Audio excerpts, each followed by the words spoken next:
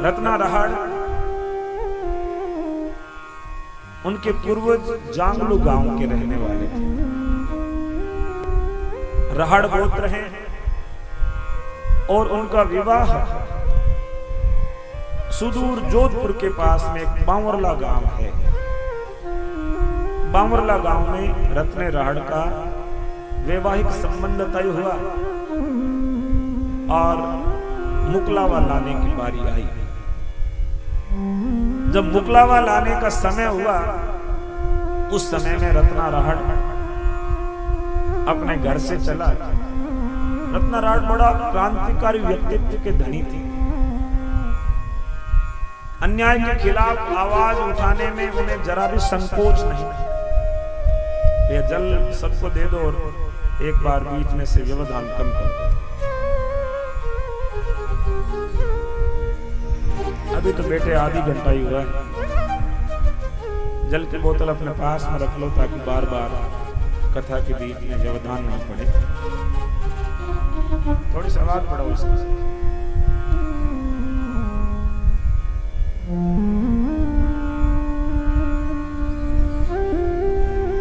रत्ना रहाड़ जब मां ने आग्रह किया कि बेटा अब बहू को ले आओ, मुकलावा ले आओ, अपने परिवार के लोगों को साथ में लेके जाओ। रत्ने ने उस समय भी देखो एक प्रकार का आदर्श है रत्ने रहाड़ का व्यक्तित्व। इसलिए आज जीव दया का प्रसंग चल रहा है, नियम चल रहा है, इसलिए रत्ने रहाड़ को याद करना भी आवश्यक है, क्योंकि ऐसे व्यक्तित्व गुरु महाराज जाम्बू जी के समय हुए और ऐसे नौजवान युवाओं की आज भी समाज को आवश्यक है। उस समय भी परंपरा थी कि जब मुकलावा लेने के लिए जाते तब पूरे परिजनों को, गांव के लोगों को साथ में लेके जाते और 3-3 टंक तक सामने जो वधू पक्ष है उसके घर में रुकना होता था। सबको भोजन कराना, सबकी सेवा शुश्रूषा करना बेटी के परिवार के लिए बहुत बड़ा बोझ बन जाया करता था। लेकिन रत्ने रहाड़ ने उस समय भी कहा कि ये बुराई है, ये कुरीति है, इतना दूर का मामला सबको लेकर के जाना हमारे लिए भी बोझिल है और 3 दिन तक अगले वालों के घर रुकेंगे तो उनके लिए भी बहुत बड़े व्यय का कारण बनेगा। क्यों ना मैं अकेला जाऊं, बहू को ले आऊं और गांव वालों को प्रीति भोज देना वो यहाँ पे भी दिया जा सकता है। जितना खर्चे को कम किया जा सकता है उतना कम किया जाना चाहिए। आज भी जो है शादियां हो रही है, शादियों में फिजूल खर्चे बढ़ रहे हैं। हर सेक्टर के अंदर जो है थोड़ा थोड़ा मीठा खर्चा बढ़ता जा रहा है। जिन चीजों की आवश्यकता नहीं है, देखा देखी दूसरे ने किए तो हमें भी करनी। नकल आदमी बहुत जल्दी करता है, लेकिन नकल करते समय भी अकल का इस्तेमाल अवश्य करना चाहिए। आपने कहानी सुनी होगी गधे और घोड़े वाली। एक गधा और घोड़ा दोनों एक मालिक के यहाँ भार ढोने का काम करते हैं। एक दिन घोड़ा जो है नदी के अंदर से निकल रहा था, तब घोड़े ने विचार किया कि ऊपर नमक डाला हुआ है तो घोड़ा पानी में बैठ गया। थोड़ी देर घोड़ा पानी में बैठा तो उसके ऊपर से कुछ नमक गल गया। मालिक जब तक पीछे से आया तब तक उसका आधा भार कम हो गया, घोड़ा हल्का हो गया। पीछे पीछे गधा आ रहा था। उसने विचार किया कि ये आइडिया तो बिल्कुल सही है, मुझे भी पानी में बैठना चाहिए, भार कम हो जाएगा। बिंगे माता नरम होगा तो पानी में बैठ गया। अब बैठना तो आसान था, उठना बड़ा मुश्किल हो गया। उठे कौन, भार कई गुना बढ़ गया। गधे ने घोड़े से कहा, भाई तूने मेरे को फंसा दिया। उसने कहा, मैंने काम फंसाया, मैंने तो मेरा काम किया, तुझे तेरा विचार करना चाहिए था, तूने देखा देखी क्यों क्यों। उसने कहा, मैंने तो सोचा नहीं, मैंने तो केवल तेरी कॉपी की कि वो कर रहा तो हमें भी करना चाहिए। तो हम लोग क्या है कि इस कॉपी के चक्कर में, नकल के चक्कर में बहुत नुकसान कर रहे हैं स्वयं। देखा देखी हर चीज की नहीं होनी चाहिए। बड़े ने किया तो हमें भी करना है, पड़ोसी ने किया तो हमारे भी होना चाहिए। उनकी अपनी परिस्थितियां हैं, उनका अपना स्टेटस है, उनका अपना तरीका है, लेकिन हम देखा देखी खर्चों को, फिजूल खर्च को बढ़ाना नहीं चाहिए, घटाने का काम करना चाहिए। और समाज के हर व्यक्ति को चाहिए कि वो अपने स्तर पर जितना सुधार, जितनी उसके पास में क्षमताएं हैं, उनका उपयोग उसे करना चाहिए। और रत्न राय ने ऐसा किया। उसने कहा कि मैं अकेला जाऊंगा, मुझे नहीं जरूरत, मैं यहाँ ले आऊंगा, उसके बाद में आगे जो भी हमारी तरफ से करना होगा हम करें, लेकिन अगले परिवार के लिए हम क्यों बोझ बने। रत्ने ने अपना श्रृंगार किया, नई धोती पहनी, कानों में गोखरू बांधा, कमरबंद बांधा, ऊंट को बढ़िया सजाया, ऊंट के ऊपर काठी पिलान बांध के तैयार किया, बढ़िया घुंघरू बांधे, और रत्ना ऊंट पे सवार होकर के चला है बांवरले की तरफ। कहते हैं रत्ना नौका से थोड़ा आगे चला तो एक साधु दिखाई दिया। रत्ना बड़ा श्रद्धालु था और नीचे उतरा, अपने ऊंट से संतों को प्रणाम किया, कुशल मंगल पूछा, महाराज किधर के लिए निकले हैं? स्वामी जी ने कहा कि मैं गुड़ा की तरफ जा रहा हूं, जोधपुर जा रहा हूं, वहां कोई संस्कार का कार्य है और गुरु महाराज ने आदेश दिया है, वो पूर्ण करके आ रहा है। रत्ना बड़ा खुश हुआ। रत्ने ने कहा कि महाराज फिर तो मेरा अहोभाग्य है, तो आपका और मेरा साथ हो जाएगा,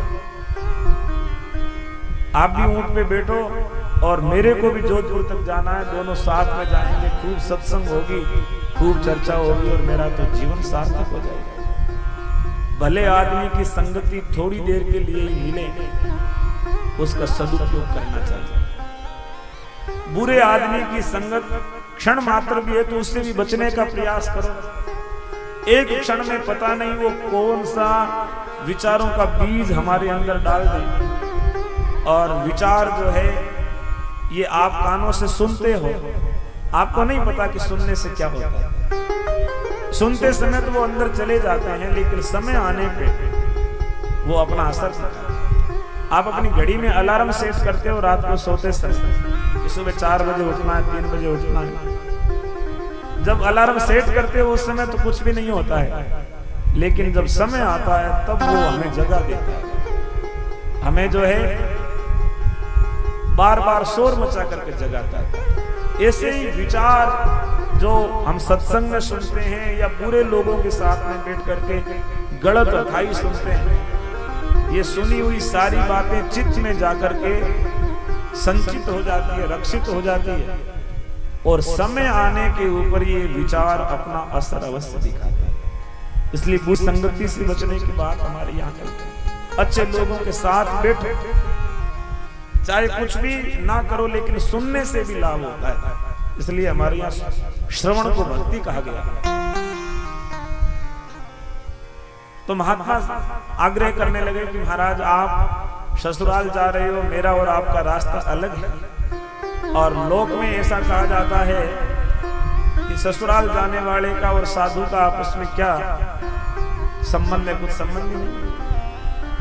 मेरा आशीर्वाद है, आप जाइए, मैं अपने रास्ते जा रहा हूं। रत्न ने कहा नहीं महाराज, मैं लोगों के साथ चलने वाला नहीं हूं, मैं लोगों से हटके चलने वाला हूं। रास्ते का सदुपयोग होगा, आपसे सत्संग होगी, वार्ता होगी। अधिक आग्रह किया तो महात्मा रत्ने के साथ में ऊंट पे सवार हो गए। दोनों जोधपुर पहुंच गए। रास्ते में खूब समाज की, धर्म की, अध्यात्म की, जीवन के कल्याण की सारी चर्चाएं हुई। अब जैसे जोधपुर के नजदीक पहुंचे तो महात्मा जी से रत्ना बड़ा प्रभावित हो गया। महात्मा कहने लगे अब रत्ना मुझे छोड़ दो, मैं चला जाऊंगा घोड़ा, आप बांवरला चले जाओ। महात्मा बोले महाराज जी ये कैसे हो सकता है, इतने समय तक साथ आए हैं, तो अब रात्रि को आप कहां जाओगे, मेरे ससुराल में रुको, सुबह आप चले जाना। महात्मा ने आग्रह किया कि रत्ना यदि मैं रुकूंगा तो फिर आपके ससुराल वाले पता नहीं क्या क्या बात करेंगे। आप रुको, ससुराल में आपके विवाह के गीत गाए जाएंगे, आपके अलग अलग रस्में रिवाजें अदा होगी, उसमें मैं बिना जरूरत के बाधक बनूंगा, इसलिए मुझे जाने दो। रत्ने ने फिर आग्रह किया कि नहीं महाराज, ऐसे तो नहीं जाने दूंगा। अब जैसे ही रत्ना ऊंट के साथ पावरले गांव में प्रवेश किया, आगे महात्मा बैठे, पीछे रत्ना बैठा। पहले जब ऊंटों पे घोड़ों पे सवारी होती थी तो जिनकी रक्षा करनी होती थी उसको आगे बिठाते थे, खुद पीछे बैठते थे।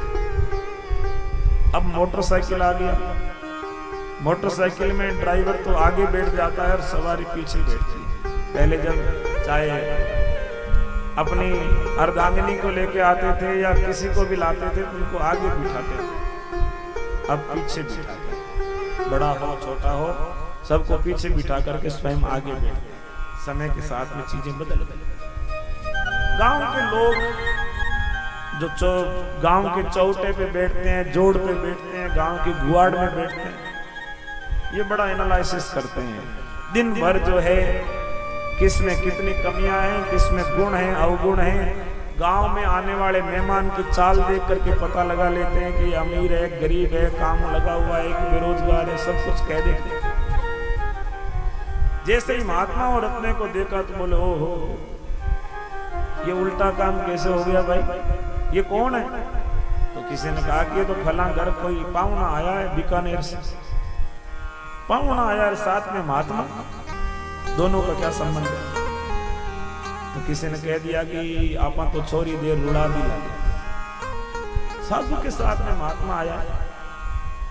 साधु के साथ में कोई जाता है, उठता है, बैठता है तो लोग तुरंत बात बनाते हैं। यदि इतनी बात यदि शराब पीने वाले के पास में बैठने से बनाते, किसी बीड़ी पीने वाले के पास में बैठने से बनाते, तो शायद गलत संगति से बच्चे बच जाते। वहां बैठने से कोई बुराई नहीं, कोई गलत काम करे तो कोई बुराई नहीं। लेकिन कई बच्चे हमारे पास में आते हैं तो माँ बाप को लोग आकर के कहते हैं थाड़ो छोड़ो तुम, साधुओं में तने गिरे बिने रोको। क्यों रोकना है? तो हादू बन जाएगी। तो भले ही बनो, कोई चोर डाकू थोड़ा ही बन रहा है, कुछ गलत काम थोड़ा ही कर रहा है। साधु होने चाहिए, दूसरे साधु हो तो उनको पैर छुएंगे, प्रणाम करेंगे, आदर करेंगे। थाड़े छोरों ने बना दो ना भाई, हादू को बनाओ तो क्या बनाओ, और सब कुछ बन जाए मंजूर है। लेकिन साधु बनने के लिए प्रेरणा देने वाली माताएं या भाई बंधु बहुत कम लोग होते हैं जो ये हिम्मत करते हैं कि कोई बात नहीं, यदि बेटे की इच्छा है तो हम साधु बनाएंगे। और जो इस भाव के साथ में साधु बनाते हैं वो ही आगे चल करके कुछ समाज में अच्छा कर पाते हैं। नहीं तो घर वाले परेशान रहते हैं, रोते रहते हैं, वो घर वालों को नाराज करके जाता है, या घर वाले अपने अनमने भाव से उसको देते हैं, तो आपस में कहीं न कहीं इस बात की कमी सदैव रहती है और वो आगे जाकर के भी उसके जीवन को प्रभावित करती है। यदि कोई बनना चाहे तो उसे बनाना चाहिए। जिस धर्म में धर्म का प्रचार करने वाले, धर्म की बात रखने वाले, धर्म को नेतृत्व देने वाले अच्छे लोग होते हैं, उस धर्म का उत्थान होता है, उस धर्म की बात लोगों तक पहुंचती है, विश्व तक पहुंचती है, और इसकी बात पे गर्व होना चाहिए। गांव के लोग बात करते रहे, रत्ने ने बात सुनी नहीं। महात्मा ने गौर किया, महात्मा ने फिर आग्रह किया कि रत्ना संकेत ठीक नहीं है, मुझे जाने दो। रत्ना ने कहा नहीं गुरुजी, आपको जाने नहीं देंगे। ससुराल में गए, घर वालों ने देखा कि आज तो पावना जी के साथ में पता नहीं एक भगवानधारी महात्मा आया, 2 खाट रख दिए, संध्या की बेला हो रही है, महात्मा ने संध्या वंदन किया। रत्ने ने कहा कि महाराज आप संध्या वंदन करो, फिर भोजन करके जाना, रात्रि को विश्राम करना, सुबह को जल्दी आप निकल जाना।